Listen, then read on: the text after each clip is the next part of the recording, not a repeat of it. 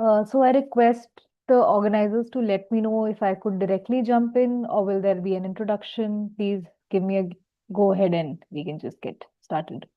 Sure, ma'am. So I'll do a brief introduction, welcoming everyone to the meeting.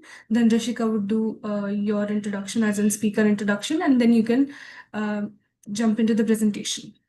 We can start the meeting. Allow me a moment to introduce everyone and make everyone familiar with the topic. So let me officially start. My apologies, everyone, for the delay. So good evening, everyone. It's a pleasure to see you all here today at our Policy Insights session on the act of impactful policy writing, hosted by our wonderful Ms. Pooja Pandey. On behalf of the team, I would like to extend a very warm welcome to all our interns and to our guest speaker for taking your time here, joining us today. A special word of appreciation for Ms. Pooja, ma'am. It's really it's of a genuine value that you are present here today and sharing your insights to us. And I'm sure your experience and practical wisdom will make this session an enriching one for everyone here. To brief everyone about the session, this session is all about sharpening our understanding on policy writing to help frame our ideas in form of policies that create real world impact. Over the next hour or so, we'll dive into some really valuable insights on how a policy article differs from a regular essay to what makes an argument persuasive, well-referenced, and publishable. Also, we'll get a closer look to how to structure and format articles for clarity and how to make them engaging and actionable, and even how to explore publishing opportunities for articles. And I'm sure today's discussion would be both enlightening and practical, and I encourage everyone to please take notes, ask questions, listen actively. And once again, a very warm welcome to everyone. And now, to take this forward, I would like to invite Rishika to introduce our speaker for today. Rishika, you may take. Good evening, everyone. It's a truly privilege to introduce a remarkable professional who is shaping the future in education governance in India, Ms. Pooja Pandey. With a rich background in public system and capacity building, Pooja brings a unique blend of expertise and passion to her work in education policy, research, and strengthening institutions. Currently leading innovative initiatives at Sambodhi Research and Communications, she is dedicated to enhancing the capabilities of government systems through smart training programs and organizational development. Her work is at the heart of transforming how institutions operate, making education more accessible and equitable. With over 5 years of impactful experience, Pooja's journey includes contributing to the national programs like Unnat Bharat Abhiyaan, advising state education departments, and collaborating with child rights organizations. She has played a leading role in international projects tied to UNESCO and European Union, linking global knowledge with India's education challenges. What makes Pooja's work inspiring in her commitment to continuous learning? She is currently pursuing her PhD at National Institute of Education Planning and Administration in New Delhi, strengthening her ability to influence education policy at the highest levels. We are excited to have her today to share insights on building stronger education systems and government capacities that can make a real difference. Please join me in warmly welcoming Ms. Pooja Pandey. Thanks so much, Rishika. Thanks, Ritika, for this lovely introduction. I mean, definitely you have overstated. I mean, I have sent you the bio, but you definitely overstated what all I have done. I don't think so. I've done as much as you've told I have done. I request Ritika to maybe share the PPT. Just in the interim, as Rishika has rightly briefly introduced me, I come wearing different multiple hats. I have worked at Vidy Center for Legal Policy before this, which is primarily a think tank working on legal and policy research. Currently, I'm working with an organization called Sambodhi, which is primarily known for its capacity building initiatives as well as its impact evaluation and monitoring and evaluation and learning MEL kind of initiative. I have also had the opportunity to engage with UNESCO chairs. So UNESCO has these very specialized chairs on different themes in education and otherwise. So I've briefly engaged with that also. And primarily all the things that I'll be talking about today will be from those different kinds of experience. Because in different parts and journeys of my career and my life, Writing has never been an integral part of my job description per se. Apart from Vidhi, Vidhi was a legal think tank, so writing definitely comes as a part of the job description itself. But other than that, writing or policy writing is something which was never like required out of me to have done. This is something that I started exploring out of passion, and this is also something I wanted to see what people are doing. Again, when I started, I was very young, just like all of you, and I sort of had assumed that, my voice doesn't matter, my voice doesn't count. Whatever I'm writing is not of the highest quality, it's never going to get published. But the minute I started taking that journey a little bit more seriously and embarked on that journey in a rather scientific manner, things started changing a little bit. So, what I intend to do today for all of you and with all of you is to maybe give you some practical toolkits and some examples of how you can make your policy writing exercise a little bit more sharper, and first and foremost recognize whether you're interested in this at all or not. I will mostly be delivering this session in English. अगर आपको किसी भी point पे लग रहा है कि मुझे हिंदी में स्विच करना चाहिए या मुझे इंग्लिश का यूज करना चाहिए, तो प्लीज आप मुझे बताइएगा. I am more than comfortable talking in both the languages. Again, I don't know how these sessions generally work. मैं प्रेफर करती हूँ कि जब भी मैं यंग लोगों के साथ इंटरेक्ट करूँ तो मैं फिजिकली इंटरेक्ट करूँ, because the energy directly shifts in the room when you are engaging physically, but we are bound by this virtual medium. So I do request you, अगर आप अपना कैमरा ऑन नहीं कर रहे हैं या बहुत एक्टिवली पार्टिसिपेट वर्बली नहीं कर रहे हैं, तो प्लीज टेक्स्ट बॉक्स का यूज करिए, at least to sort of like give your reflections, give your questions, so that we can make this like a fruitful exercise. And finally, I wouldn't take too much of your time because I know it's a late evening slot. So I would try to wrap this session by 8:10 max. I think it's a good time for me to begin. Next slide, please.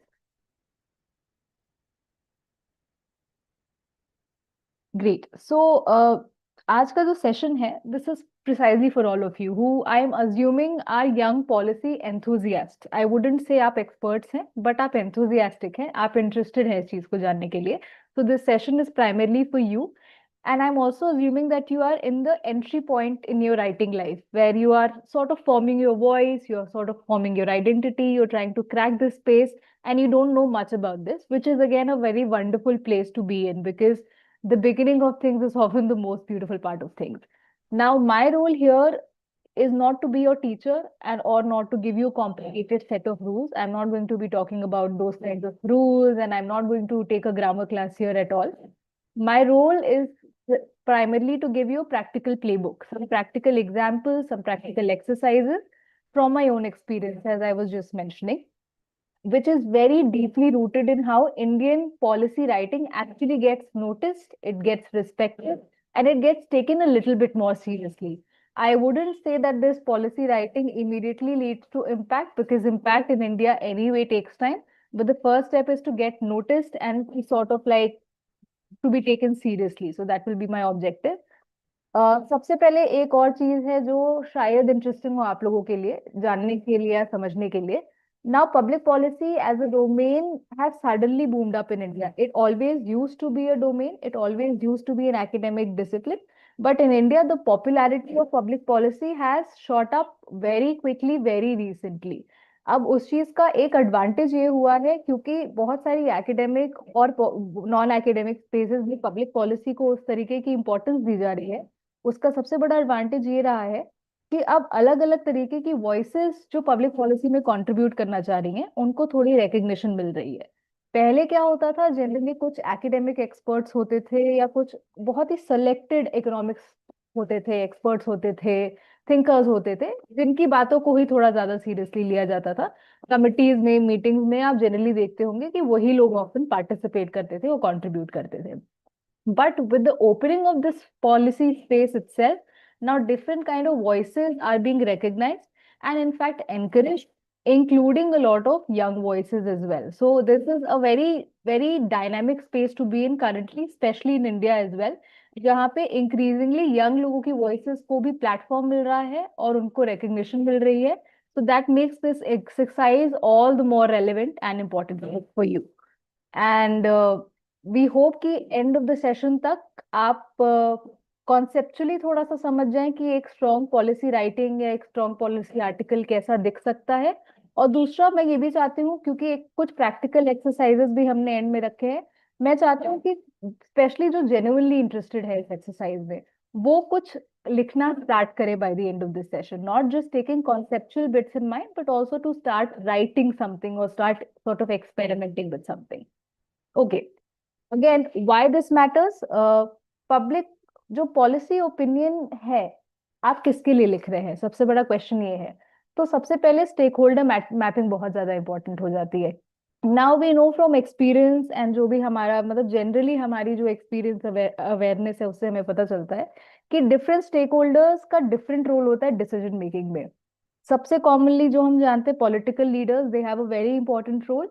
They sort of frame the problems and they set the priority. Bureaucracy generally has again a very important role in allocating resources and supervising those implementation. Then there are other stakeholders like media who help in amplification of the issues or amplification of the voice. So there are some key stakeholders जिनके लिए policy writing में आप ordinarily लिखते हैं. ये जो 3 stake holders मैंने बताए, ये बिल्कुल एग्जॉस्टिव लिस्ट नहीं है. The list can go on and on of course depending on what you are writing for, who you are writing for. But what I mean to primarily say is that there are some stakeholders that you intend to write for, so that becomes your first step of the writing process.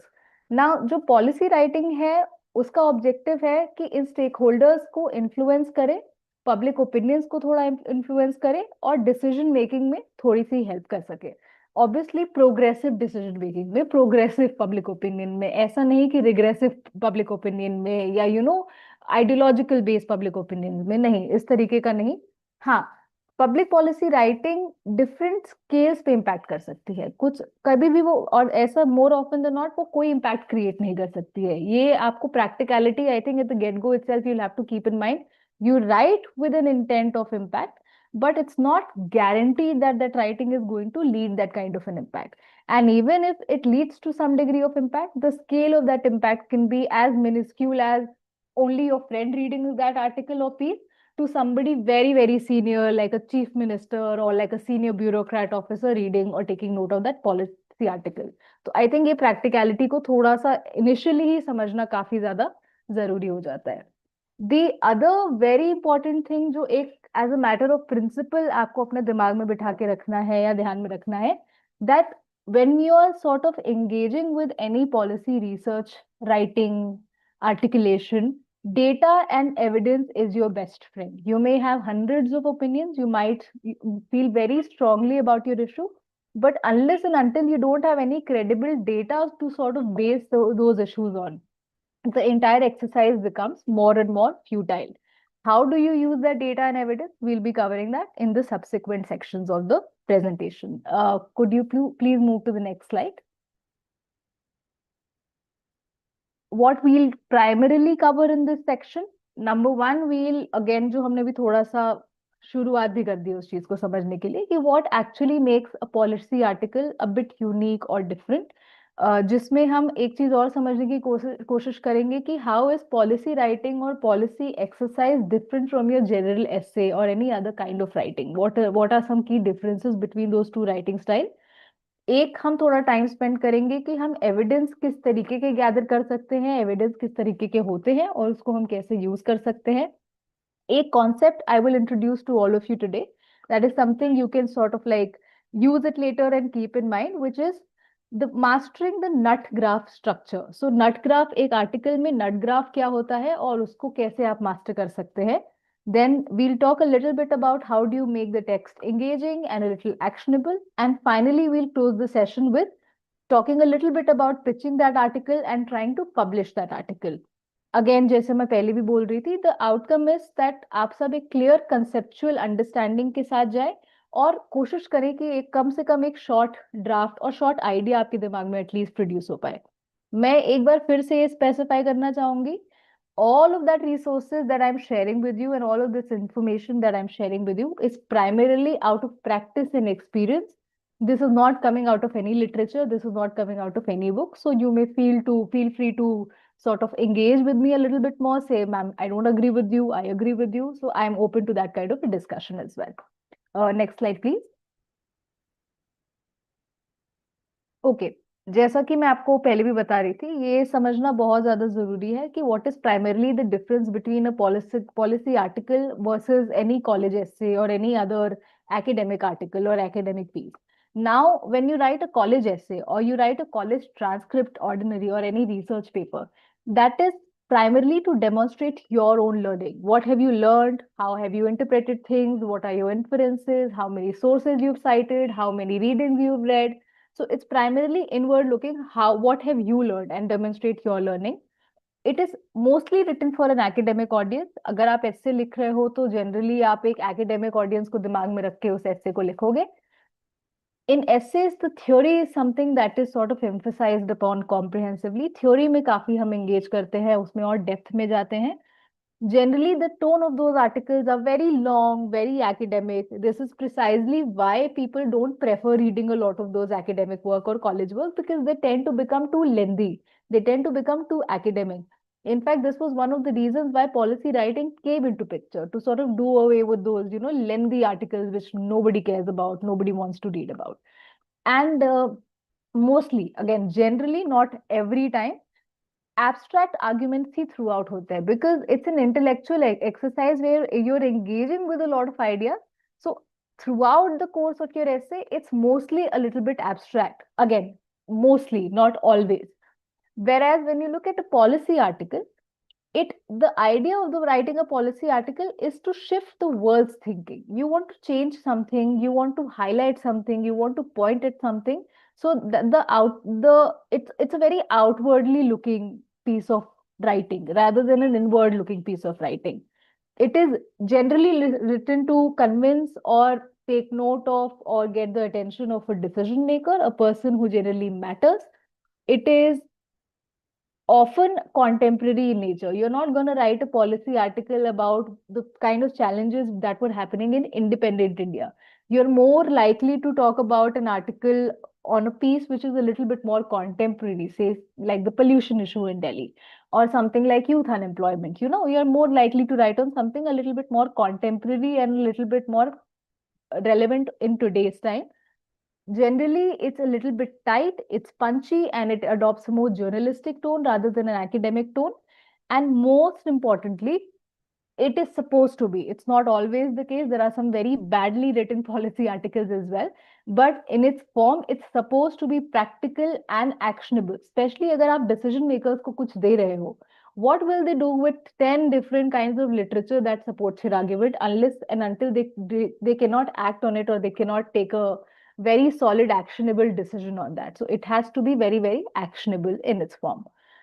Can you move on to the next slide, please? Again, to summarize what I've just said, the difference between essay and policy writing, if I were to summarize that in one sentence, I will say academic essay often stress on theorization and depth, and policy articles want to drive decisions. So अगर आपको simply समझना है तो आप ये एक reference लेके इन दोनों को differentiate कर सकते हैं. Okay, now we are coming to the core shift in mindset. Okay, now when you're writing an article, when you're engaging with the policy exercise, you may start simply out of passion. You're very, especially आप लोग सरकारी school से associated हैं, तो I'm very sure कि education is an area which is of great passion. Teacher issue is something that you're greatly passionate about. Child rights is something that you're greatly passionate about. And passion, more often than not, is a wonderful place to begin with. You may also write out of frustration. You may also write out of anger. You may write that article for you may simply write it because you want recognition, you want to be noted, it's good for your career. So there are many factors that may motivate you to write that article, which is very, very well justified.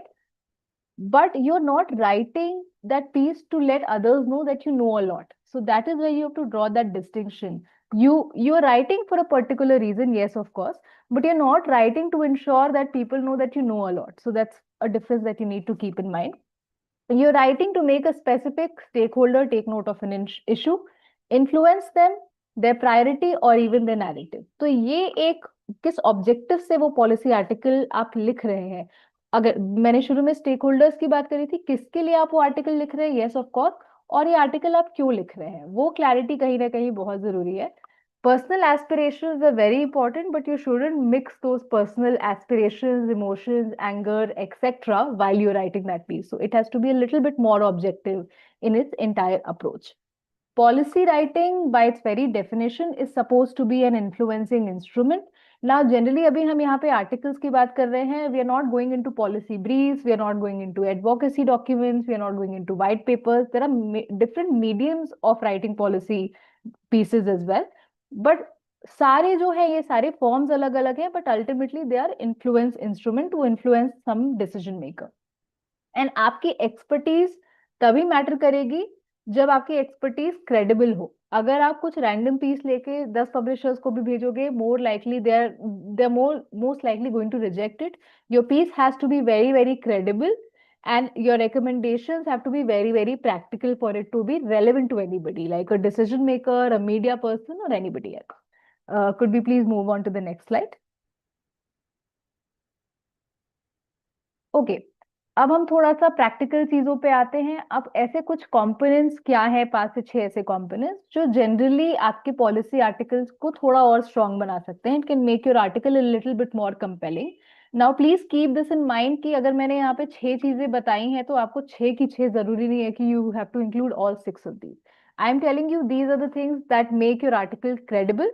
Depending on what you're writing on, what is the requirement of your piece, you may pick and choose some of these and like not include some of these, again depending on the need.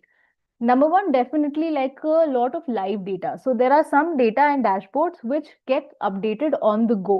So these are very live data sets जो तुरंत तुरंत होते हैं. हाँ, आप अपने article में definitely mention करेंगे ब्रैकेट में, लेट्स अज्यूम आप यूडाइज डेटा यूज कर रहे हैं तो आप उसका ईयर मेंशन करेंगे. कोई आप डायनामिक डेटा यूज कर रहे हैं तो आप उसमें ब्रैकेट में हमेशा लिखते हैं as of date 11th November 2025, whatever that is. So you'll use a lot of live data because that's the most contemporary, the most fresh data. Then comparisons really help. Now comparisons at what level? Again, depending on the context that you're writing for, these comparison can be at a very, very local level where you may maybe compare one district to another district in the same state. Or you may sort of like compare one district in one state with another district in another state with some comparable patterns, of course. You may also do comparison between countries. You may also do comparison between different kinds of like your domains. कि कभी कभी ऐसा भी होता है कि आप education की बात कर रहे हैं बट आप हेल्थ के एग्जांपल्स ले आ रहे हैं, स्पेशली अगर सिमिलर टाइप के लॉज हैं. तो you know that kind of comparison really sets the argument a little bit more richly. So comparisons always help. Evaluation, again, जहां मैं संबोधि में अभी काम करती हूँ, so that is a different space altogether, and there are many multiple international actors, जिसमें से कुछ का नाम भी मैंने at later stages दिया है. So a lot of these organizations do multi-country evaluations where they evaluate like a government project or even a private project. Now mostly जो evaluation की report होती है वो publicly published नहीं होती है, but कुछ organizations, especially multilateral organizations, UN and all the other organizations and even big international NGOs, वो अपनी evaluation reports को generally public domain में डाल देती हैं. Now those evaluation reports can become a very important source. Again, this is a very rare source. Not a lot of people end up using it, but that can also make your article a little bit unique as compared to any other article. So evaluations definitely help. Government बहुत सारे MIS and dashboards run करता है. UDISE is an example, PLFS is an example, NHSF का data है. तो government dashboard, specially अगर आपकी audience government है, because government can not refute their own data. They can not say that आप जो हमारा डेटा कोट कर रहे हैं that's the wrong data. They just can not say that. So if your audience is government, you should use a lot of those government data to make your argument. Then regulatory and parliamentary sources. Again, this is something not a lot of people know how to interpret this. For example, बहुत सारे laws हैं जिसमें आधी से ज्यादा चीजें हैं. मतलब if you can interpret law, you can interpret a lot of things. Then there are many court cases. There are many Supreme Court, High Court, and even District Court judgments that can become a very useful source of and very credible source of information. Again, just like evaluations, the parliamentary and regulatory sources of data is not often used by a lot of people. I use that a lot in my writing because that is another rare source that not a lot of people know how to interpret and use, and that can really sort of set your article a little bit apart. The other thing is, again, ये थोड़ा tricky area है last. But again, that sort of like really, I may, in my personal opinion, that really enhances and elevates your policy piece is when you use a lot of live narratives and examples from the ground itself. जैसे कोई NGO ने किसी तरीके की research study करी होगी जिसमें वो एक्चुअल एग्जांपल्स की बात कर रहे हैं कि एक्स गांव के एक्स इंडिविजुअल को आज 50 साल के बाद भी आज ये सर्विसेज नहीं मिली हैं या कुछ हुई हैं. Now that really humanizes that issue, that makes the issue a little bit more relatable for a wider audience. But when you're using human stories or narratives, you have to be a little bit more careful. You can't say that, especially in a policy piece, you can't say that मेरे class में एक बच्चा था, उसको for the longest time ये services नहीं मिली थी and this is why an issue like this. For example, वो चाइल्ड विद डिसेबिलिटी था बट उसका डिसेबिलिटी सर्टिफिकेशन 6 साल तक नहीं बना, 7 साल तक ना. Very legit example, very real example. But can or cannot that be used in a policy kind of a piece is again like a very tricky question that you need to keep in mind. Again, we can think of many policy articles where field narratives have been used. Again, if anybody is interested in that kind of a discussion, we can have that in more detail at a later stage. But it's always good to have some field insights and use them a little bit ethically in your piece. Moving on to the next slide, please. Okay, so ये PPT, I request the Sarkari school team ki after this session, please feel free to share this PPT with everybody in case this is of interest to all of you or anybody here. अब मैंने आपके लिए कुछ, क्योंकि कई बार अगर आपकी data में ट्रेनिंग नहीं है या आपका बैकग्राउंड ऐसा नहीं है जिसमें you are very familiar with data, काफी समय स्टूडेंट्स के लिए बहुत मुश्किल हो जाता है ये ढूंढना कि भैया क्रेडिबल डेटा क्या है, what is the data source can we use. There are all kinds of data available. AI में तो डाल देंगे, कोई भी डेटा निकाल के आ जाएगा इन 5 minutes, but is that a credible data और not? I have given you some very quick and very short references of what may be credible data. तो गवर्नमेंट में मैं आपको जैसे बता रही थी, अगर एजुकेशन की बात करें तो NAS का डेटा एंड यूडाइस का डेटा सबसे क्रेडिबल माना जाता है. UDISE of course has different kinds of issue. UDISE की करेक्शन पे काफी क्वेश्चन है कि अपडेटेड डेटा है कि नहीं, फैक्ट फॉल्स डेटा है कि नहीं, उस तरीके की चीजें डेफिनेटली एग्जिस्ट करती हैं. But UDISE continues to be one of the most cited data in education. Similarly higher education में और स्कूल एजुकेशन में अचीवमेंट सर्वेज होते हैं जिनका आप यूज कर सकते हैं. जेंडर का नहीं बट इकोनॉमिक डेटा में यू हैव PLFS जिसमें एम्प्लॉयमेंट डेटा अवेलेबल है. Then you have NHFS. Census generally gives you very very good very deep information, but sadly काफी समय से इंडिया में सेंसस हुआ ही नहीं है, so we don't have that up to date census data as well.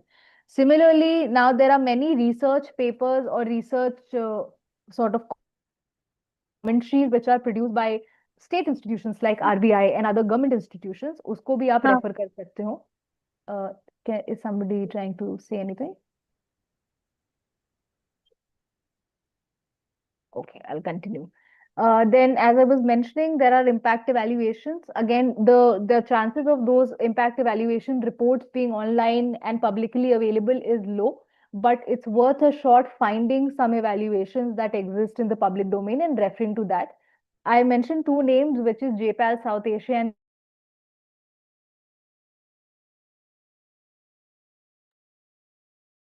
am I supposed to be on mute? I was put on mute. Please let me know if you need a break or anything.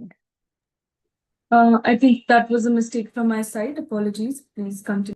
Sure. So as I was mentioning, impact evaluations also you may sort of refer to. And then in India, there are many credible think tanks. Vidhi is one of them. I have worked at Vidhi. ORF is another. So I have also written for ORF. I have written for Vidhi. So these, again, I am mentioning these sources because I have written for these sources. And to give you a very, very, very simple example, again, not to be boasting or anything, but just to give you like a very practical example, and especially when as a young researcher or a young policy enthusiast, when you're writing these things, this makes a lot of difference and it like really encourages you. So जब मैंने ORF के लिए piece लिखा था, I think this was back in 2021, 2022. So that piece then was taken up by Sameer Saran, who heads ORF, and then it was retweeted by him multiple times and it was replugged in other articles. So again, I don't know where, and that was a piece on early childhood education, and that was particularly on कि regulatory कितने mismatch है in early childhood education, कौन सी ministry actually responsible है with NEP, किस ministry के अंदर वो चला जाएगा. So it was a very unique issue that I had picked up in early childhood education. it got accepted by ORF, it got published by ORF, and it got very widely reshared by ORF. So just giving you a very small example of what this might not have led to any kind of impact. The confusion still remains. But these are small ways where your work can be amplified a little bit here and there in different places. Next slide, please.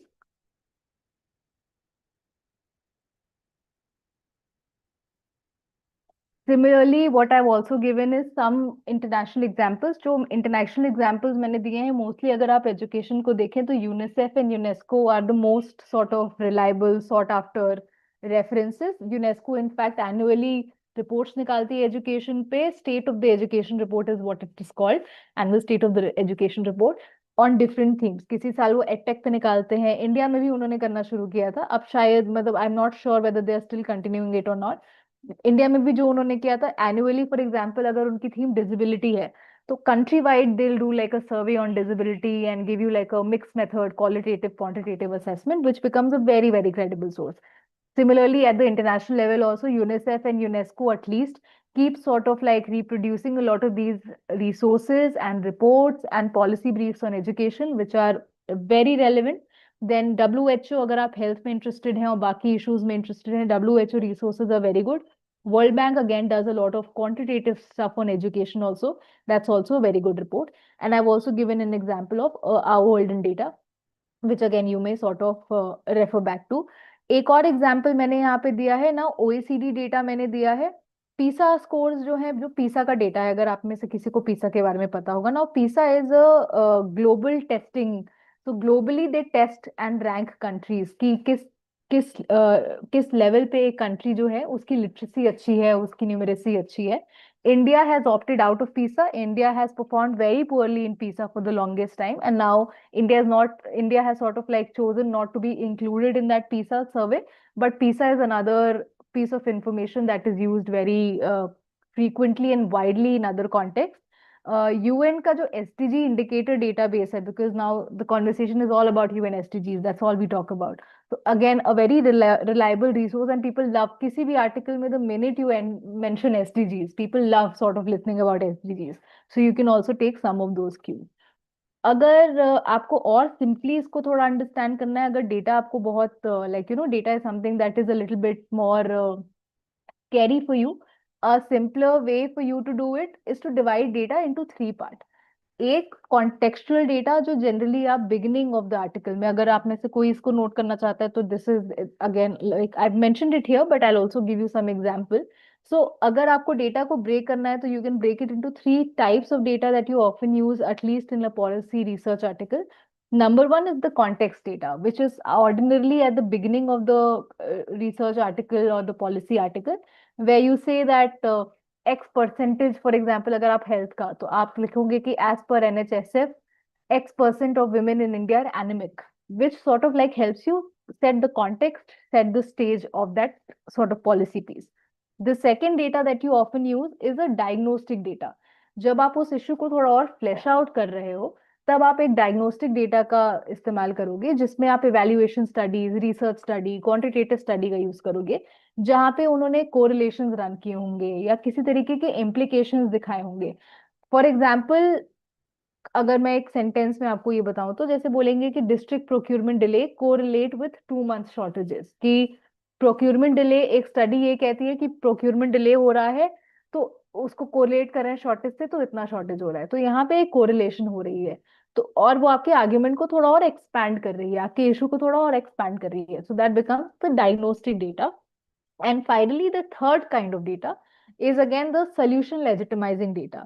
उस तरीके का data जिसमें आप एक किसी एक logical basis पे, either on the basis of the research report itself, secondary किसी और सेकेंडरी रिसर्च ने ही बोली है, आप बस उसको रिआइटरेट कर रहे हो उसका सोर्स देके, जो थोड़ा सोल्यूशन ओरिएंटेड है. फॉर एग्जाम्पल, अगर आप कहोगे कि Tamil Nadu peer educator model has cut drop out by X%, कि एक पीयर एजुकेटर मॉडल अडॉप्ट हुआ था स्टेट में और उससे ड्रॉप आउट परसेंट इतना परसेंट कम हुआ है, इसलिए मैं ये सजेस्ट कर रहा हूँ या ये सजेस्ट कर रही हूँ कि pure educator model might be a good solution for this issue. So now this kind of a data is the solution oriented data. So that becomes the third kind of data in your piece. ordinarily this data is towards the end of the session. So ये तीन तरीके के data तीन जगह place होते दिखते हैं कहीं ना कहीं. Again, this helps me in structuring the article a little bit. You can choose not to use this. You can choose one of these data sets. You have to choose some data set. I will not say don't choose any data set. You have to choose some of these data set and then sort of intersperse them a little bit more intelligently in your piece. Can we move on to the next? Okay. Okay, acha, I'll just take one second ka breather here. Any pressing questions, any reflections, anything that comes to your mind? कुछ भी अगर आपको mid session कोई आपके thoughts आ रहे हैं, कुछ भी आप में से किसी ने एक्चुअली डेटा यूज किया हो या डिफिकल्टी हुई हो, please feel free to keep writing in the comment box. I mean, I understand engaging is not as simple in a online setup, but please feel free to keep writing in the text box अगर on the go आपके दिमाग में कोई questions आते हो तभी भी. अच्छा, अब one of the important objectives of this session was also to give you a structure of like a powerful op-ed or a powerful like research policy article. Now, अगर मैं आपको इसको 5 चीजों में ब्रेक करूं, तो अगेन इसको आप 5 में भी ब्रेक कर सकते हो, 3 में भी ब्रेक कर सकते हो. स्ट्रक्चर को आप किसी भी तरीके से ब्रेक कर सकते हो, बट 5 में मैंने इसलिए ब्रेक किया है so that it helps you think a little bit more like clearly. Okay, number 1 is आप जब कॉन्टेक्स्ट सेट कर रहे हो तो आप पहले ही ये सबसे बड़ा सवाल ये पूछ रहे हो कि you're opening with an urgency. There is a sense of urgency in the kind of issue that you're talking about, and you're sort of specifying at the get-go itself that this is the gravitas of the issue and why does this matter now. That is also a very important hook, because more often than not कोई भी editor या कोई भी reader या कोई भी policy maker generally वो first 2 to 3 lines या 100 word of your article पढ़ के वो decide कर लेते हैं whether they are going to invest any further energy in either publishing that article or reading that article. They are more likely not going to read your article after those 100-150 words if that does not clearly specify what exactly do you want to talk about and what is the problem in that particular, what is the problem that you're trying to deal with. So that is the first hook of your article. Then secondly, आप जो बात बोल रहे हो जिसमें आपने एक hook create किया है, उसको आप थोड़ा substantiate करोगे with some data and evidence. So you are saying that, oh, this is a very, very urgent issue, but this is not just an urgent issue because I feel it's an urgent issue. This is an urgent issue because data says X, Y, and Z. So you sort of substantiate that with your like with some data. And this data is your diagnostic data that I was just mentioning about. And then you talk about what is driving the problem. Again, you go a little deeper into the issue itself and you try to see what are some of the reasons why this problem is happening, what are some of the critical things that sort of need to be taken care of, ताकि वो problem का source क्या है basically उस पे आप थोड़ा सा बात करोगे. काफी लोग क्या करते हैं कि प्रॉब्लम के सोर्स को एविडेंस को क्लब भी कर सकते हैं, so that becomes like a thing in itself. Then you talk about what exactly needs to change, and then finally you talk about a call to action. What I've also done here, can you scroll a little bit down please when we are थोड़ा सा, yes, great. So यहाँ पे मैंने again आपके reference के लिए एक example दिया है, क्योंकि क्लाइमेट चेंज की हीट वेव्स की बहुत बीच में बात होती है, लाइक समर वेव्स में heat waves is all you talking about. तो अगर आप इस स्ट्रक्चर को देखें, you start with the urgency. So you start with some very astonishing fact saying that record heat waves across 8 states in 2024. So that immediately grabs the attention of the reader itself. Then you sort of substantiate what you're saying with some evidence कि IPCC कहता है या IMD ये कहता है कि frequency of heat wave is rising. So that becomes your very solid evidence. Number 3, आप root cause पे जा रहे हो कि आप ये कह रहे हो ऐसा क्यों हो रहा है, हीट वेव्स इंडिया में क्यों बढ़ रही हैं, क्योंकि कंस्ट्रक्शन लेबर काफी एक्सपोज हो रहे हैं, कंस्ट्रक्शन बढ़ रही है इस वजह से कंस्ट्रक्शन लेबर भी एक्सपोज हो रहे हैं. So that is one of the root causes of your issue. Then you sort, and again, H2 and H3 can also be clubbed and made into a very powerful paragraph onto itself. Then you move a little onto the solution where you say कि mandatory heat rest, कुछ evidence ये कहते हैं कि mandatory heat rest windows have been very effective, so this is a very viable solution in India. Shaded rest space use कर सकते हैं, again a very like, again इसके लिए भी आप, it has to be a combination of what secondary literature is saying and what, again थोड़ा सा आपका opinion आएगा definitely इस चीज में, because that's what you are bringing to the table. Otherwise you're just sort of summarizing a lot of secondary pieces. So this is where the solution part is something where your creativity, your practicality, as well as what the evidence says comes into an interplay. And finally, you sort of like end with a call for action. You say that states must notify heat action plan before it's too late or before the summer season ends. उस तरीके का कुछ. Again, this is just a suggestive example, and I've used a very relatable example to help you think this through. When you are writing your article, maybe the structure is something very, very different for you. But evidence is a non-negotiable for sure. Hook should be there, because otherwise the likely, even if you're writing on a very, very important article with very well researched policy article, but आपकी starting जो है, जिसको मैं net graph बोलती हूँ, जिसके पे हम थोड़ा और आगे discussion करेंगे, but अगर आपकी starting ही weak है, so irrespective of how well you've written the article, people are not going to never know what you've written. So you have to make that starting a little bit more engaging and, very, very interesting. And of course, it has to be solution oriented, because if you keep the solution vague, then this is ultimately not a policy article. This is an essay or any other form of writing piece. Moving on to the next slide, please. Okay. Again I will, काफी चीजें मैंने already यहाँ पे cover कर ली हैं, but मैं quickly आपको बताऊंगी फिर से कि पॉलिसी ग्रेड जिसको हम बोलते हैं, पॉलिसी वर्दी आर्टिकल क्या है. It is short and implementable. It is not like a 4,000 word essay you're writing. White paper is a different thing. White paper is generally very long. It is commissioned by a certain organization, agency, or a government body. But generally, policy briefs are ordinarily like 4 to 5 page, 3 to 4 page, depending on what you're writing on. So these are mostly short and implementable. It very clearly specifies the actor, जो मैं शुरू में भी stakeholder की बात करी थी. Who is this intended for? Is this intended for all kinds of government in the country? Perhaps not. Who exactly is this intended for? The actor for this policy brief is something you need to specify to make it policy relevant. Operationally viable है कि नहीं. आप कहोगे कि budget का जो annual country का budget है उसका 10% एजुकेशन में जाना चाहिए, because education is a fundamental right. I completely agree with you, but is this a viable solution? No, definitely it's not a viable solution. And then some measurable results. तो अगर इतना percent budget जाएगा तो इतना outcome create होगा, ये study ऐसा कहती है. उस तरीके के मेजरेबल आउटकम्स या मेजरेबल रिजल्ट्स होते हैं, तो generally it is appreciated amongst the policy circle. Again मैंने आपको राइट हैंड साइड में एग्जांपल दिया है कि नॉन पॉलिसी अगर आप बात करें तो एक सिंपल सेंटेंस है कि we must take mental health seriously and create awareness programmes. Yes, of course. There's hardly going to be anybody who's going to say no. Mental health is not to be taken seriously, and you should not create awareness programs. Maybe a lot of our elders will say that, but people in our generation more likely will not say कि mental health को seriously लेना चाहिए. But इस sentence में और नीचे वाले sentence में अगर आप डिफरेंस देखें, तो नीचे वाले सेंटेंस को अगर आप देखते हैं तो उसमें लिखा है UGC should mandate 2 qualified counselor per 1,000 students in accredited higher education institutions by 2027, funded through RUSA mental health innovation window. इसमें आपने फिजिकल, रेगुलेटरी, हर तरीके का एंगल लाने की कोशिश करी है. As students I will definitely warn you कि जो जैसे इस आर्टिकल में ये कहीं से उठा, मतलब this must be from some policy piece और something, so I must have like picked it up from somewhere, and this must have been written by somebody a little bit senior in education. Now वो 2027 की timeline भी कहीं से आ रही होगी. As young students please don't fall into the trap of putting random timelines की 2 साल में हो जाना चाहिए, 3 साल में हो जाना चाहिए. There has to be some logic of why yours. और for example NEP में काफी ऐसे subsections है जिसमें clearly लिखा है कि ये जो NEP ने envision किया है ये इस साल तक अचीव होना चाहिए. Now you can take that as an example. For example triple S करके एक सेशन है, उसमें clearly NEP कहता है कि this is something that must be achieved by 2022 या 2023.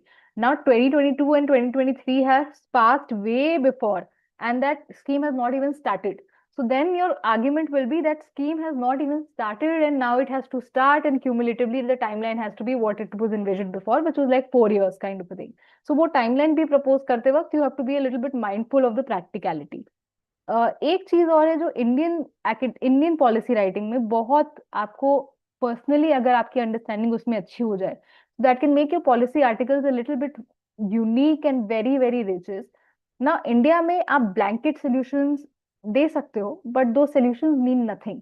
इंडिया में जो फेडरल, जैसे स्टेट बाय स्टेट जो वेरिएशन है, डिस्ट्रिक्ट बाय डिस्ट्रिक्ट वेरिएशन है, 6 शेड्यूल स्टेट्स हैं, ट्राइबल एरियाज हैं, लिंग्विस्टिकली इतना डाइवर्स जगह है, तो इस तरीके की जो फेडरल डाइवर्सिटी है और सोशियो कल्चरल डाइवर्सिटी और लिंग्विस्टिक डाइवर्सिटी है, अगर आप उसको ध्यान में रखते हुए अपना पॉलिसी आर्टिकल लिखो और थोड़ा उसको माइक्रो बनाओ, then the likelihood of sort of that being a much richer piece is much higher rather than saying like a blanket issue of like India में ये चीजें गड़बड़ हो रही है, इंडिया इंडिया वाइड ये चीज चेंज होनी चाहिए. Again, if it's a very very macro policy issue, then it's a different thing. But for other things, especially in education, और education तो ऐसी एक चीज है जिसमें state wide variations बहुत ही interesting है, बहुत ही it's a very unique and interesting area to keep a track of. So I think that is one trick and one tip that you may keep in mind to enhance the quality of your article a little bit more. You can also sort of interplay with the idea of writing with somebody who's not from your state and then sort of bring that two kinds of variations in that article itself. That also often helps a lot. Can we move on to the next section, please? Again, okay, so अब मैं आपके सामने एक paragraph जो assume कर रही हूँ मैं कि एक वीक पैराग्राफ है, अब मैंने आपके सामने मेंटल हेल्थ का एग्जांपल लेते हुए एक पैराग्राफ यहाँ पे लिखा है. Mental health of college students is becoming a huge issue. Students are stressed due to pressure.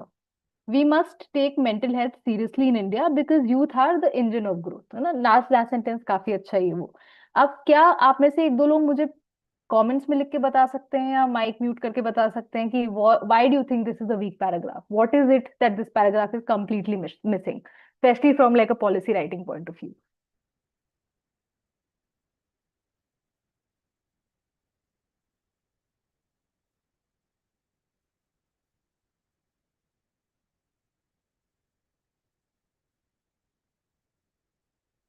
I'll also be reading the comments that you've given. So yeah. Okay. So vague statement lacks data. Fantastic. Just एक दो very quick inputs or so that we don't also spend too much time on this. In the meantime, Manisha has said, should we use exact data statements or we can write it in our own words? Now there are two parts to it. जो numeric data है वो तो आपको as it is use करना पड़ेगा obviously, like quantitative data ही mostly valid माना जाता है. Qualitative anyway policy writing में, which is very sad, qualitative data को उतना वैलिड नहीं मानते हैं. अगर वो बहुत ही high quality qualitative study then it's a different thing.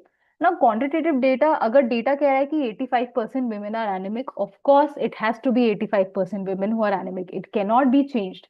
What you might add to the table is what are the repercussions of 85% women being anemic. If 85% women are anemic, the likelihood of them sort of being able to take the dual workforce of घर का काम and बाहर का काम becomes a little bit unlikely. Anaemia है तो उस और ज्यादा हेल्थ इश्यूज उसके साथ होंगे. एनीमिया है तो बच्चे पे भी इम्पैक्ट पड़ सकता है. Now that interpretation of the data is something that you are bringing to the table. So I hope that sort of helps in. Okay, so lack of proper research, vague statements, very broad context. Wonderful, Rajveer, काफी बढ़िया आपने इसमें point किया. Incomplete sentence without proof. Definitely, there's no proof to say why you're saying what you're saying. Doesn't mention the reason for the set pressure as to what it is that is causing the pressure for university students. Correct. Like, is it increased exposure to sort of like social media? Is this peer pressure? Is it because of the exam system? Reason क्या है mental का? The obvious background lacks influence. Great. Okay, can we move on to the next slide now? Too abstract, jargon heavy. Jargon heavy, I think very very important. It's very jargon heavy. Okay, तो अगर आपकी ही बातों को मैंने थोड़ा summarise करने की कोशिश की, इनफैक्ट काफी चीजें मिस भी कर दी हैं जो आप लोगों ने काफी अच्छे से निकाली हैं. Now there's definitely no data in this. There is definitely no diagnosis in this. This is going nowhere. This is not giving you a solution in a particular direction. And most importantly, it's not specifying whose problem is this in the first place. Who is the actor that needs to sort of take note of this issue? Isko, I have tried to sort of like experiment a little bit or by converting it into like a policy relevant paragraph itself. So now you start with the NFHS data set saying ki NFHS shows ki symptoms of depression and anxiety are high in a particular age group, which is the youth age group. So immediately आप contextualize कर रहे हो अपने issue को youth पे. Mental health issues exist for everybody, but you are talking particularly about a particular age group, which is 15 to 24. तो वो आपने शुरू में ही specify कर दिया. India's college youth are not just stressed, they are structurally unsupported. So एक तो है definitely they are stretched. The other thing is there is no support mechanism as well at the same time, which is sort of aggravating the issue a little bit more. UGC and AICTE should mandate a minimum of. Now ये वाला जो solution अभी मैंने लिया है, obviously आप इतना जल्दी उस सोल्यूशन पे नहीं पहुंचोगे, आप बहुत सारा और डेटा दोगे और एनालिसिस करोगे फिर उस सोल्यूशन पे पहुंचोगे। बट जब भी आप उस सोल्यूशन पे पहुंचोगे, आप कोई एक्टर या कोई स्टेक होल्डर है जिसको आप अकाउंटेबिलिटी के लिए बोलोगे कि UGC can make those policies, UGC can take care of those issues, AICTE can take care of this issue, so that is why these should be the body that takes care of it. Now इसमें number भी हमने दिया है कि 2 qualified counselor per 1,000 students. Now again, it's just as an example for you. This number must have come out from some policy. There must have been some policy somewhere जिसने कहीं बीच में बोला होगा कि ये नंबर होना चाहिए, which everybody has forgotten about. You sort of take that policy as a reference, saying that this policy said this. Maybe this is something which can be experiment. So actor आप specify कर रहे हो, थोड़ा measurable outcomes या number आप specify कर रहे हो, आप यहाँ तक ये भी लिख रहे हो कि अगर ऐसा कुछ होता है तो इसकी फंडिंग किस स्कीम से आ सकती है, इसकी फंडिंग कैसे आ सकती है. Again there is some source to all of this arguments that you are making, but can you see the granularity at which you are sort of recommending the solution, especially in a context like education? There are so many players even within education, higher education में इतने में ही आप देख लीजिए UGC भी है, AICT ही है, उसके अलावा ये तो हम नेशनल लेवल पे बात कर रहे हैं, स्टेट लेवल पे होगा. तो exactly who's the stakeholder for this becomes very, very important. Again, this is just very, very suggestive. You can obviously experiment this with a little bit more. This was primarily used to show as a demonstration for you कि कैसे एक बहुत ही वेग और बहुत ही non directional article को एक बहुत ही पॉइंटेड और डायरेक्शनल आर्टिकल बनाया जा सकता है. Great, moving on.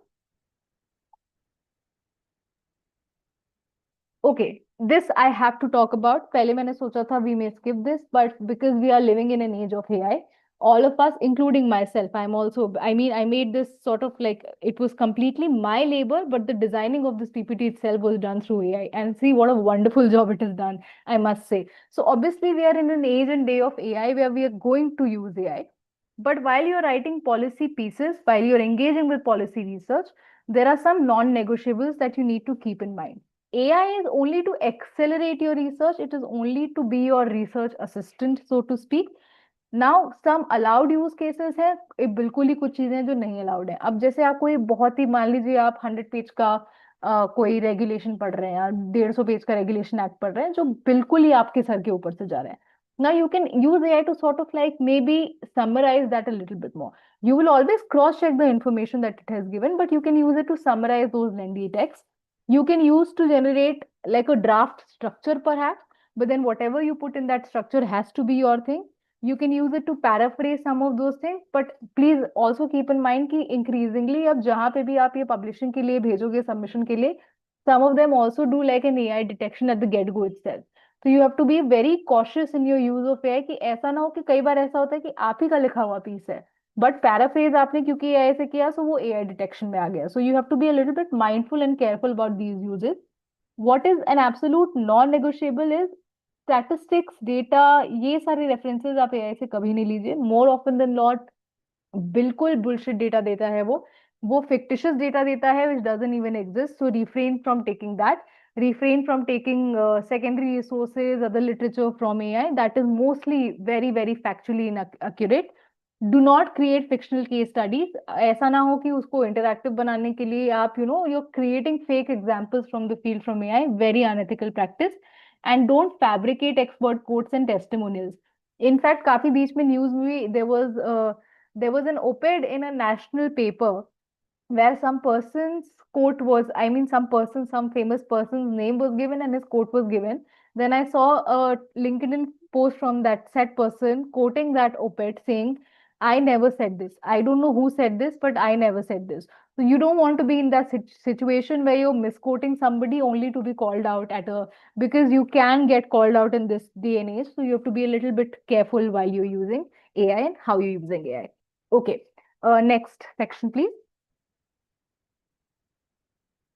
ओके, अब हम आते हैं जो मैं बार बार आपको बोल रही हूँ, नट ग्राफ जो 100 वर्ड्स हैं, which is often the first most tight paragraph of your article, which is sort of like the make or break of your article, क्योंकि बियॉन्ड दैट काफी लोग उसको नहीं पढ़ेंगे.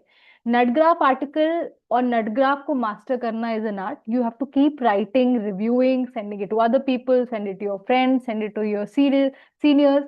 I mean, I have been writing for some time now. I still think my nut graph can be made 100 and 1,000 times better than I write it. So it's like an ongoing practice that you need to do.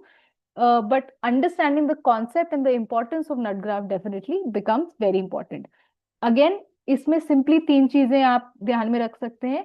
Problem exactly क्या है, ये problem इस समय इस point पे क्यों relevant है, और शुरू में ही आप obviously are not giving the whole story at the beginning itself, but in a very smart way आप इनिशियली ही कहीं ना कहीं कह रहे हो कि इसको डील करने के लिए क्या किया जाना चाहिए.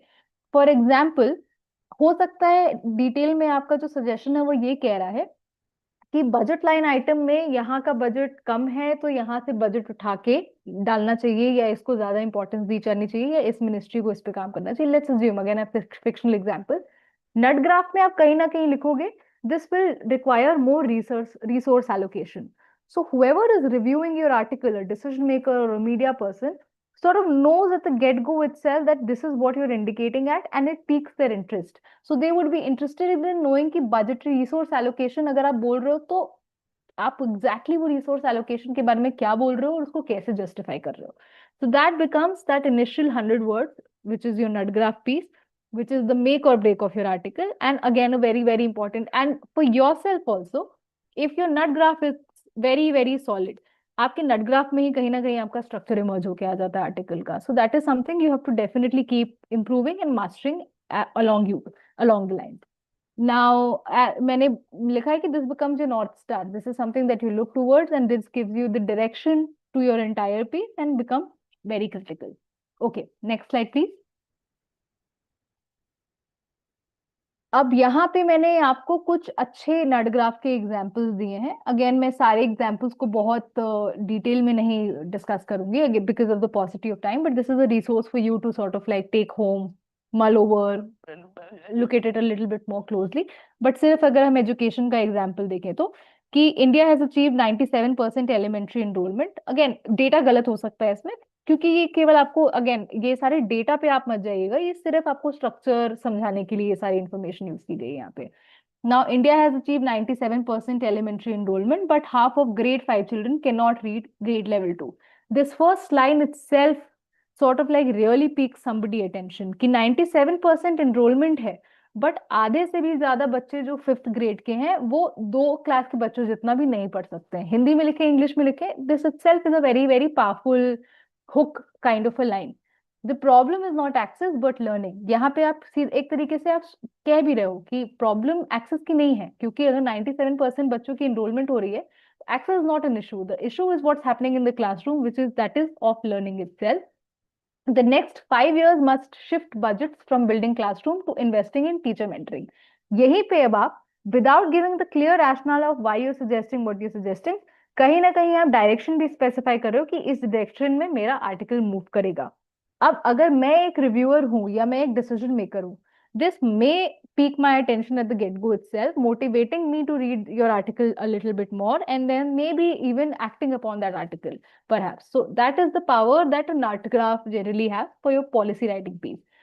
If you notice, सारे नट ग्राफ के एग्जाम्पल्स हमने जो दिए उसमें प्रॉब्लम, डेटा, अर्जेंसी, सोल्यूशन एक 100 वर्ड्स में, एक क्विक उसमें 180 वर्ड्स टू 100 वर्ड्स में वो कहीं ना कहीं कंबाइन हो जाता है.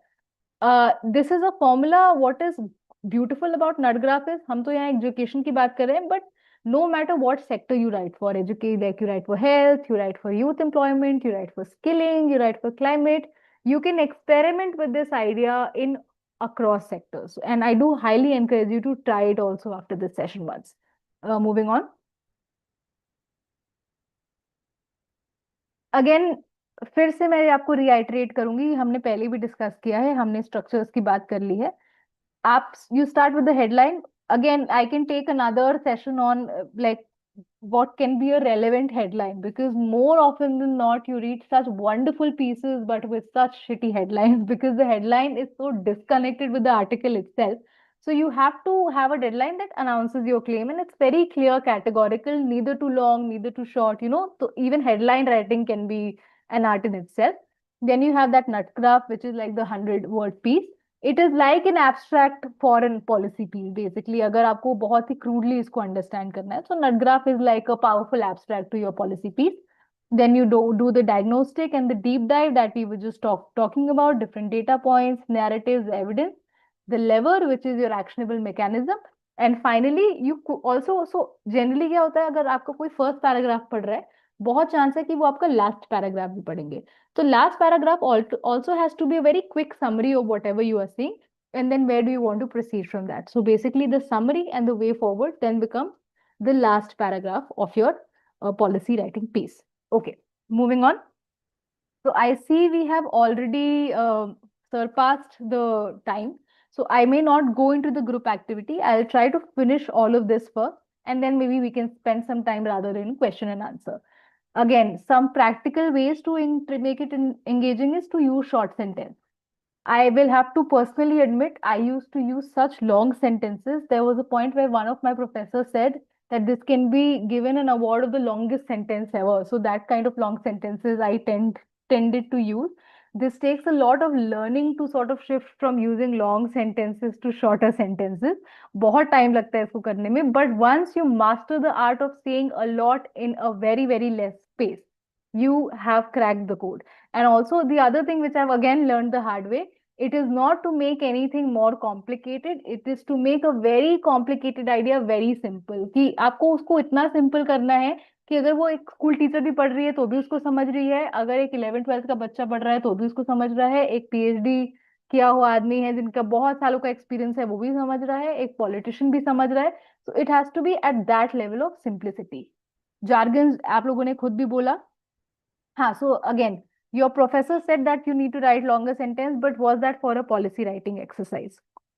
So again, depending on what you're writing for also becomes a very important thing. So maybe for a lot of academic pieces, in fact, writing longer sentences is considered to be a skill where you can sort of engage very complicated idea in a very, very long sentence. And that again is some kind of mastering.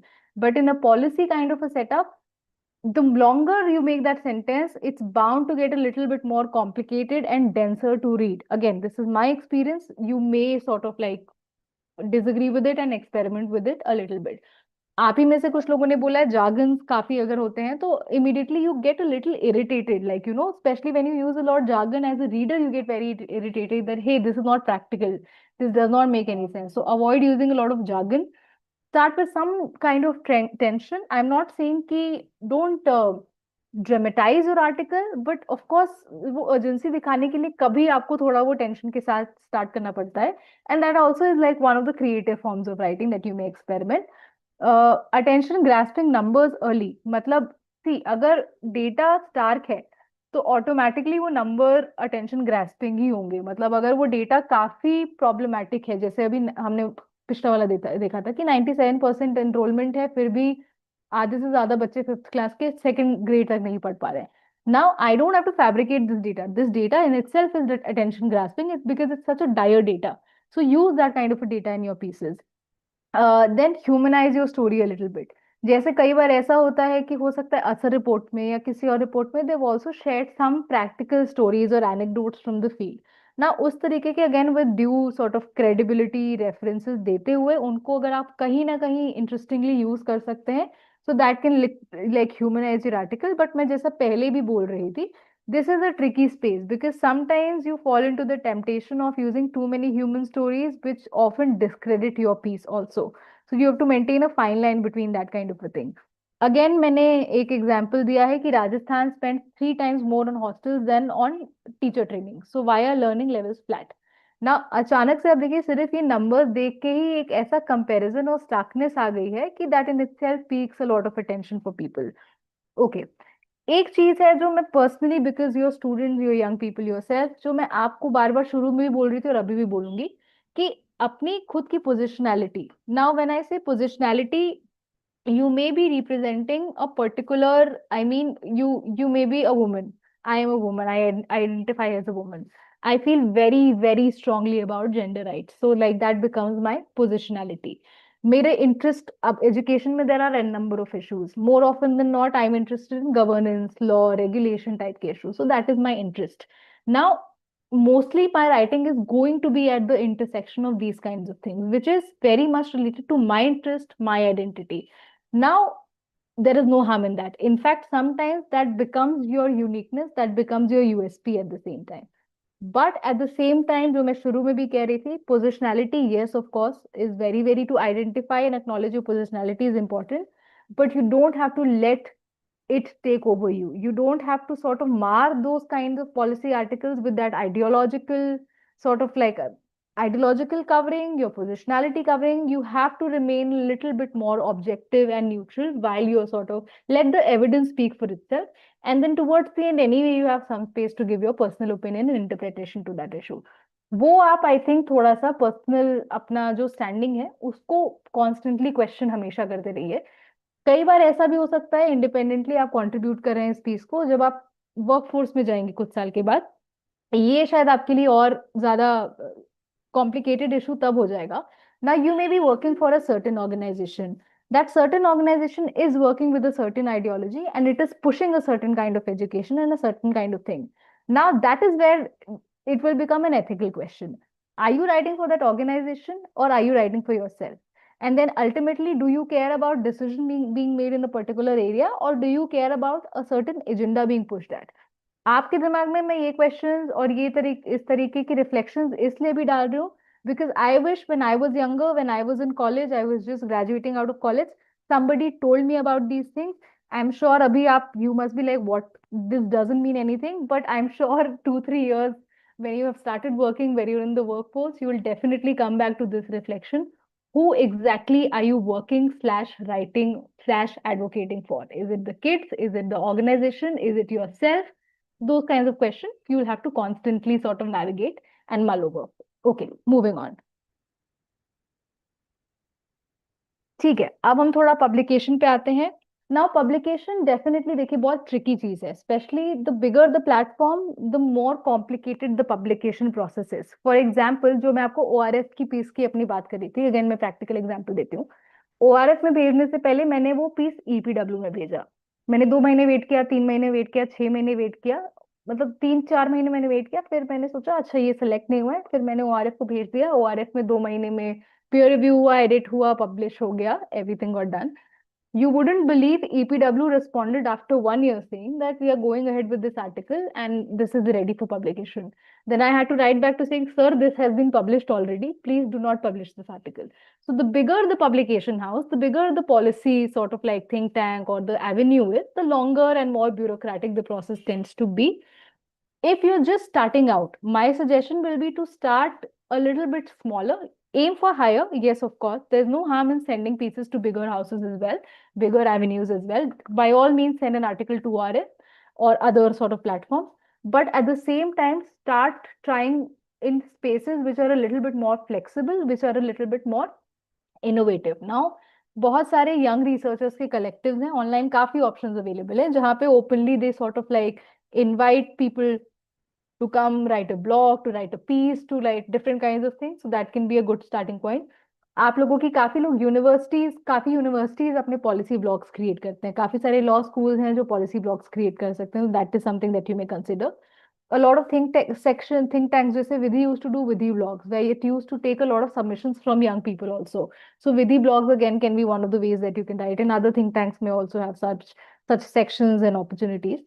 OPED again is, I've mentioned this, but it's a tricky business क्योंकि अब OPED, honestly speaking, with the digitization of a lot of newspaper and media, it has become a slightly random space. So you actually see a lot of people writing, which is wonderful, but you also see all kinds of people also writing all kinds of things. So there is again no harm in experimenting with newspaper OPED. The best part with newspaper op-eds is it might not be a strict policy piece which is going to give you that kind of a legitimacy, but the outreach of that is going to be very, very wide. For example, जब मैंने एक बार I wrote like a op-ed for Hindu. Again, I wrote for it, I forgot about it. Now, I had some very distant uncle who was my mother's friend's husband who read that article in Calcutta, called up my mother saying, oh, is this your daughter who has written that piece? I had no clue that he reads the Hindu first, because who in our relatives reads Hindu in the first place? And then to have recognized and remember ki, acha, I know this person and she has written this. So newspapers give you that kind of a wide reach that is beyond imagination, and it's often like, and हाँ newspaper में अगर आप लिखे तो my practical suggestion would be to write it with somebody a little bit more senior, because the likelihood of that getting accepted is much higher if you co-write it with somebody a little bit more senior. UN has a lot of these platforms. They have a lot of youth and global platforms. That is a wonderful place to maybe begin writing at. मैंने कुछ कुछ examples आपको नीचे भी दे दिए. Eval for Action blogs है, इसमें भी recently एक publication I had given, very nice writing experience. So you write, they give you good inputs, then like there's a lot of back and forth. So you just don't want to write. You also want to write for a place which gives you that kind of mentorship and guidance when you've just started writing. So you can experiment with these kind of platforms.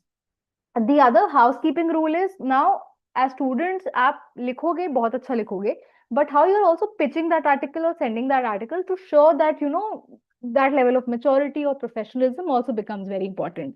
तो जब आप अपना article या अपना कुछ भी research work किसी को भेज रहे हो, पिच कर रहे हो, तो definitely mention very clearly who you are, आपके क्रेडेंशियल्स क्या हैं, एक्सपीरियंस क्या है. आप अपना शॉर्ट बायो डेफिनेटली उसमें दो.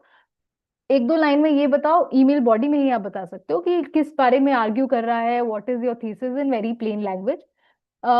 उसी में आप लिख सकते हो कि why do you think this article is relevant, and one line final conclude करके. So basically whatever pitch or message that you're sending to people, that also becomes as important as your piece itself, because if it's a shoddily written email, then again people will not reach to your article itself. So be a little bit more strategic about how you're pitching your pieces also. Okay, moving on. ठीक है, तो again now we are towards the end of the session. मैं जो बार बार भी बोल रही थी, और फाइनली अगर हम वे फॉरवर्ड सेक्शन पे आते हैं, which is again the last section of your article, it has to be very specific, it has to be very doable. मेरे केस में जो थोड़ा सा वर्क करता है कि जब मैं समराइज कर रही हूँ लास्ट पैराग्राफ में, मैं डेफिनेटली अभी तक मैंने जो बात करी उसको मैं थोड़ा समराइज कर रही हूँ, और जब मैं एक्शनेबल स्टेप की बात कर रही हूँ, तो आई एम री सॉर्ट ऑफ एम्फसाइजिंग कि किस स्टेक होल्डर या एक्टर की बात कर रही हूँ, किस तरीके के एक्शन की बात कर रही हूँ. What is the verb which is like budgetary allocation, resource allocation, what is the verb that you are sort of like trying to indicate, what is the mechanism to do it, and if possible then a certain timeline is this. Timeline may not always be possible, but giving some timeline may be a little bit helpful. I have given you some examples. Again, you may refer to it at your own leisure and pace. Nothing urgent. Next slide, please. Okay, so we'll skip this because I think we are way above the time of the section. Can we move on to the next? Okay, great. Next, please. Okay, final checklist, again very practical. One idea only, don't try to cram too many idea. एक अगर आप एक issue पे बात करो, stick to that one issue, because that one issue itself can be a 4,000 piece, a 6,000 piece, or a 500 word kind of a piece. Don't try to cram too many ideas into one piece. Data entry point, एक शुरू में तो आप early में एक data entry point रखो ही, अपने nut graph में रखो या introduction में रखो, because then it automatically sets that credibility for you. Actionable solution, at least one should be there as a, like, this is not like any benchmark or rule, but like of course एक solution तो आप कम से कम actionable and practical रखो.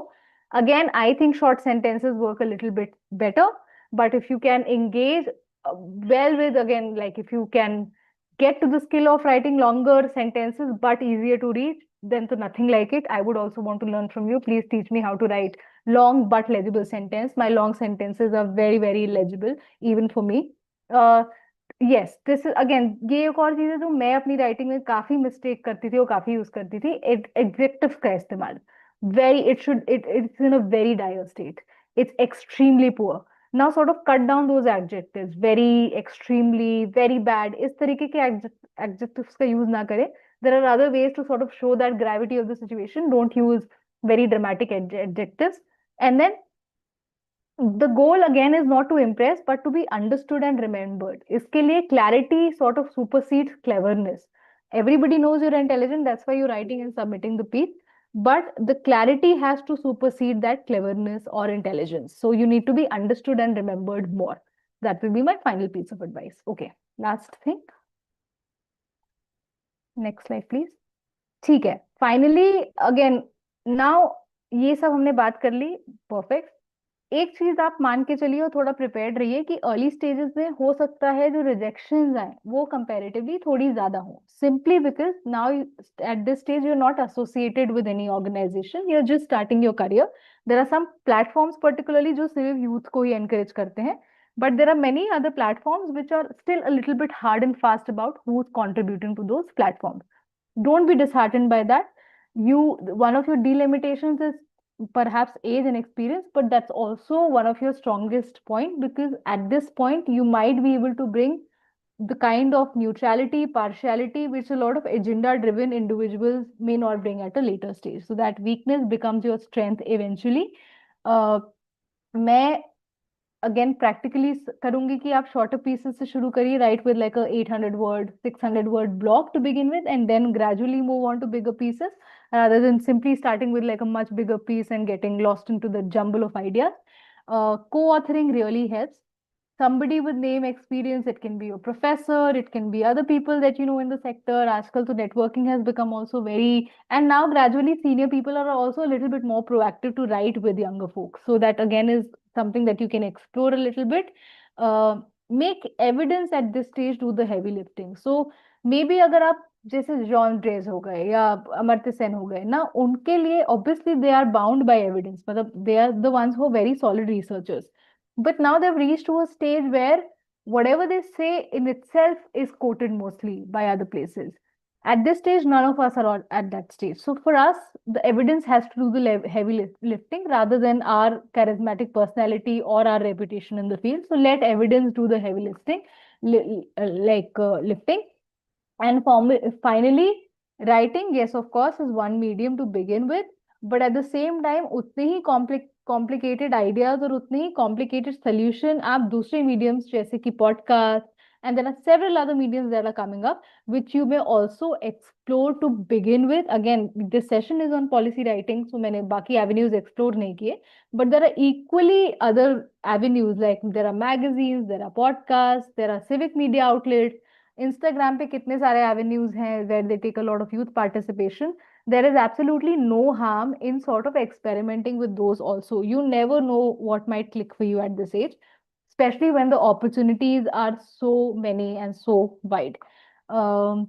Okay, and practical maturity, can you go a little bit, can you scroll a little bit? Okay. uh, Simply, I mean, be precise, don't overclaim anything. And finally, please avoid ideological fight, because the minute you start writing ideological policy pieces, the chances of you getting rejected at the get-go is very, very high. So be a little bit ideologically neutral and you may go a long way. Now we come to the final slide. That's it. I think policy writing, I still do believe it's a very deeply reflective and powerful tool.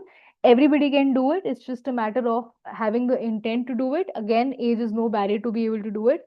I hope you got something relevant from this session. I request the organizers to share this PPT for any further use, and you may obviously always contact me on LinkedIn and any other platform, and I'll be more than happy to help you with anything in particular. So that's it from my side. I'm so sorry for taking 20 minutes over and above the intended time. Thank you, ma'am. That was such a wonderful session. Even I learned a lot of things. I have made a lot of mistakes while writing policy articles, and I over the years I have realized how to, write a good policy articles. Like you mentioned, I also used to use, a lot of jargons, but then I realized that policy writing is not only about me expressing my views or, putting out a piece. It is also about how the other person is able to effectively translate my work.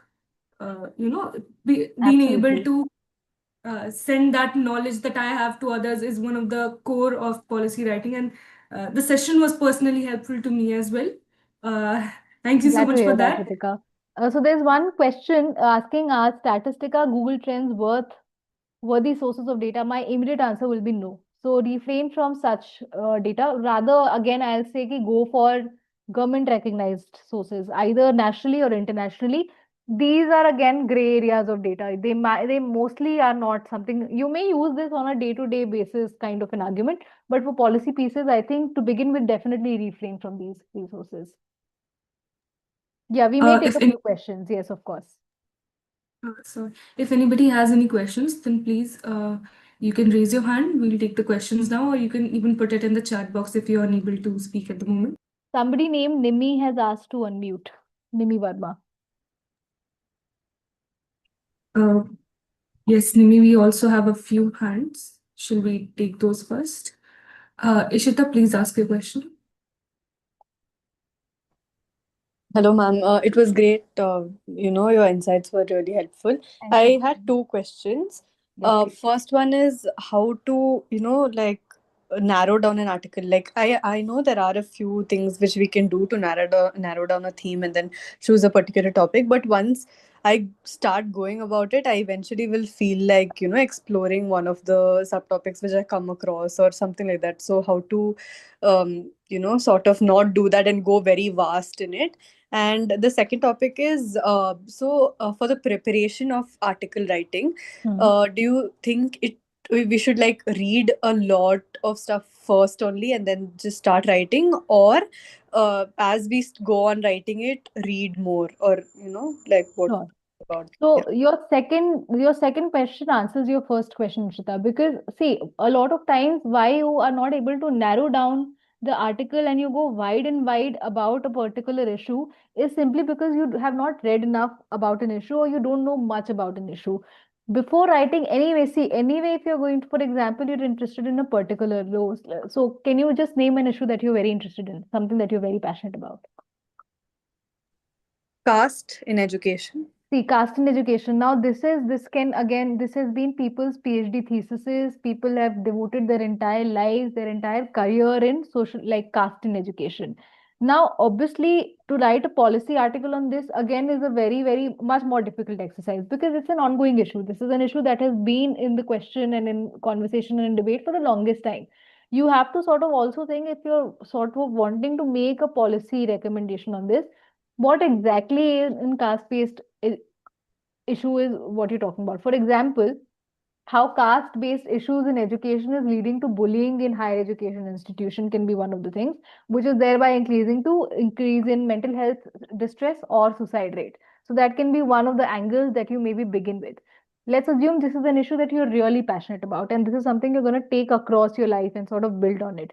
Then you may definitely, over the course of your career, over the course of your work, you may sort of keep exploring different strands of this issue in different capacities, but you have to read enough about this issue and you have to start small.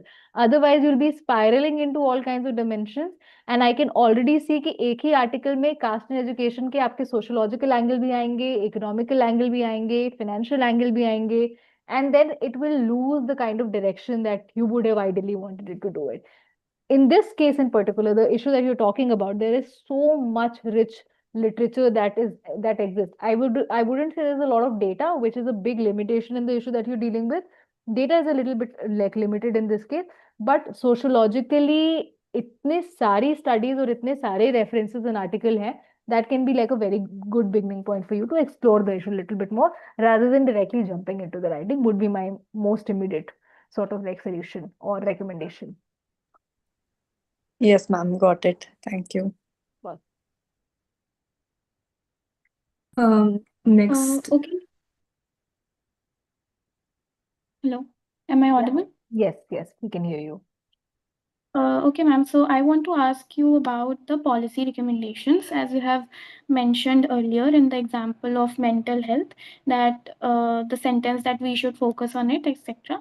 So it was very diplomatic in nature. So in policy recommendation, do we have to be very diplomatic or to be 100%. more graphic? 100%. So again, for example, especially क्योंकि अगर आपका government stakeholder है, ठीक है, and let's assume you're writing a piece which is a very hard hitting, all your facts are correct, all your information is 100% correct, very, very credible, but it sort of like reads like a blame giving, not a progressive piece, but like a blame giving piece. Even if it's a well-intentioned piece, the government is most likely, or the stakeholders are most likely going to reject it simply for its tone. That's why I was saying when I say diplomatic also means emotional neutrality in that issue. So you definitely have to sort of strike that balance between, of course, some degree of rage and some degree of anger. For example, something like caste in education. it has to be an issue that has some degree of anger. Otherwise, there's like, you have to have that passion for that issue. But how are you communicating that? When you're communicating that, you have to be a little bit more respectful and diplomatic. Diplomatic is rather, I would say, respectful and practical. Diplomatic perhaps is not the right word for this.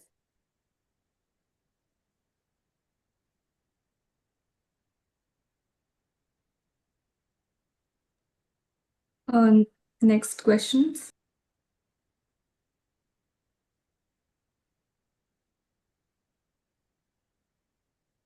Hello, ma'am. Hi. Yes, ma'am. The way you did mention that when it comes to article writing, in India specifically, suggesting is hard because like you said, every state has a different problem in every aspect, and it's hard to come up with solutions. Over here, we mostly talk about articles related to education, and we have done all of us have come up with one research article. Personally, for me, the problem I had is when I was supposed to come up with a solution. So I write the whole article and I'm pointing out all the problems. Solution is hard because urban and rural in general, urban solutions are easy. I can say, let's allocate more money to this problem. Easy. But in rural, it's a problem because I can allocate money, but then money is money reaching. I have to also talk about I need to make people aware. I have to train teachers. I have to first of all build a school. So how do you approach an article when you're talking in India in general? So again, that is precisely why policy writing is so complicated. Because see, random solutions. So again, how is it different from any op-ed or any ranting for that matter? मतलब day to day में तो all of us have 100 solutions for all kinds of issue. The policy writing is hard precisely because it's hard to give those solutions. Again, some practical ways to sort of then make the solution आपके उतने specific होंगे जितना आपका problem specific है. Building the school is a much bigger solution for a much bigger issue that you're talking about. अगर आपका issue थोड़ा छोटा है जिसमें आप ये कह रहे हो कि स्कूल्स हमारे पास हैं, हमें सबको पता है कि स्कूल्स खराब हालत में और सारी चीज, बट स्कूल में कुछ ऐसे स्टूडेंट्स हैं जैसे चिल्ड्रन विद डिसेबिलिटी हैं, अब उनकी नीड्स बहुत ज्यादा इंपॉर्टेंट हो जाती हैं क्योंकि उनके लिए वो इंफ्रास्ट्रक्चर एक्सेस ही मतलब एक्सेस का ही बात हो जा रहा है, वो घुस ही नहीं पा रहे उसमें क्योंकि उसमें रैम्प्स नहीं है, उसमें ब्रेल के रिसोर्सेज नहीं है, इस तरीके की कुछ चीजें. So the more specific your issue is, the likelihood of your solution being a little bit more specific is very very possible and plausible. Again the other thing is, जब आप अब अगर मैं चिल्ड्रन विद डिसेबिलिटी का example ले लूं, access का ले लूं और मतलब स्कूल की बात, ये तीन के इंटरसेक्शन पे, अब बहुत कम लोगों को ऐसा पता है. आरटी एक्ट सबको पता है, right to education act. Right to education act कितने साल पहले आया? बहुत कम लोगों को पता होगा कि last year right to education act में एक अमेंडमेंट आई थी जिसमें अब उन्होंने एक नया प्यूपिल टीचर रेशियो स्पेसिफाई किया है, keeping children with disability in mind. So now every school is supposed to have one special educator just for children with disability. So this is a very recent thing that government itself has come up, which is giving you a glimmer of hope for that solution. So that can be your starting point, and then you can give some practical ways on how to sort of institute this. कि centrally तो वो act आ गया, amendment आ गया, but state तक अभी वो पहुंचा नहीं अमेंडमेंट. तो आप कोशिश करें कि स्टेट्स जल्दी से जल्दी उसको नोटिफाई करें, अप्लाई करें. So then your solution itself becomes a little bit more grounded, specific and immediate. Longer to long term, so obviously there are many things that you need to do. But what is that immediate priority that you're sort of talking about in your policy piece is something that I would personally be a little bit more worried about comparatively. I don't know if this answers your question, but I'm mostly talking from my own experience and what I think has worked for me.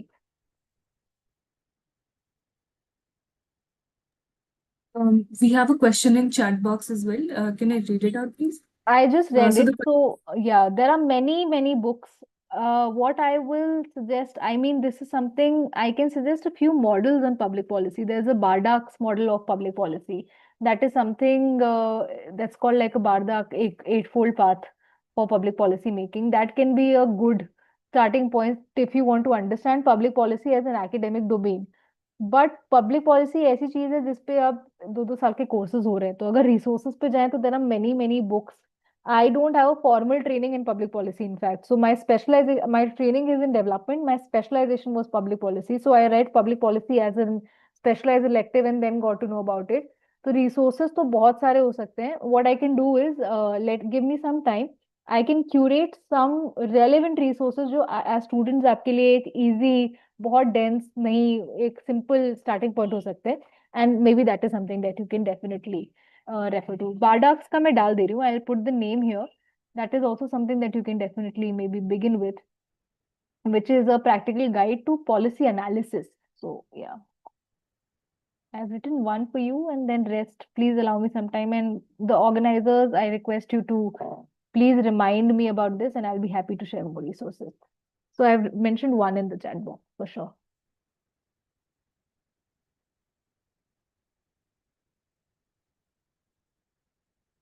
Any further questions? Please put it in the chat box or either raise your hand. Okay, ma'am. So as you have worked across multiple organizations such as PRIA and NIEPA and etc., so interns like us often wonder how our current experiences can help us later. How can we interns use their internships or other experiences as credible part of portfolio? Simplest, agar policy writing is the most important objective. So there are multiple objectives that an internship can give you. Some want field experience, some want writing experience, some want background research experience. So again, different kinds of experience. Internship give you different opportunity. The simplest way to start in a policy research article, especially in an organization which does that kind of a thing, is either to assist somebody who's writing a policy research, offer to do that background research for them.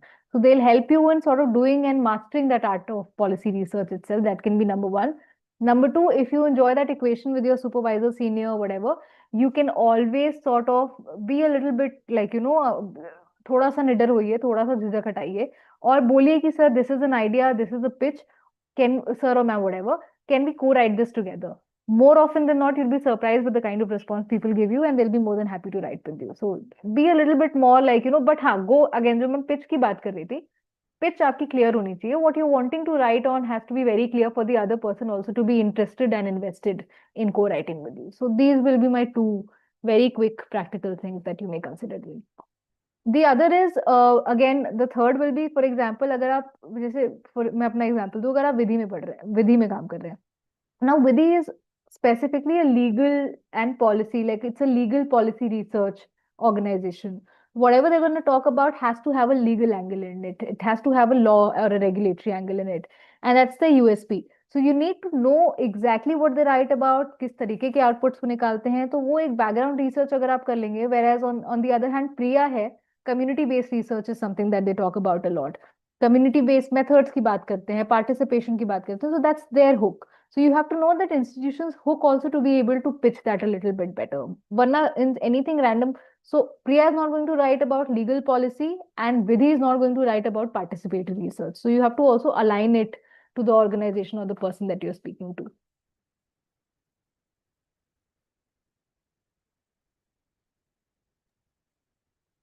Any further questions from anybody, please? Ritika, you may also share my LinkedIn account with the group. I'll be happy to take questions otherwise also at later stages. So that's definitely, I'm more than happy to take any other questions. Sure, ma'am. Yeah. Sure, I'll share it after the meeting along with the PPT. So if there are no further questions, I think we can conclude this session. First of all, I would like to thank you, ma'am. Thank you for your time. Thank you so much for this valuable session that you gave us. And I'm sure everybody learned something from this today. And I would like to also thank our interns for taking their time out to join us and be such an active listeners and participants. And everybody from my team who worked behind the scenes to organize this session. Thank you, everyone. And thank you once again, ma'am. Thank you for this wonderful session. Thank you so much. Thanks to the organizing team. I hope to see a lot of publications from you. I want to become that auntie or uncle at a later stage where I say that, hey, this person, Nimi was attending the session, Ritika was attending the session. Look, they're writing so well and they're writing so much in those platforms. So if ever you write, please share it with me. I'll be happy to share it across and read whatever you've written. Wonderful interacting with all of you. Thank you so much. Thank you, ma'am. Thank you, everyone. And for interns, we hope that the lessons that you learned today to see in your future pieces and be that, proud niece for ma'am. Thank you, everyone. We can conclude the session now.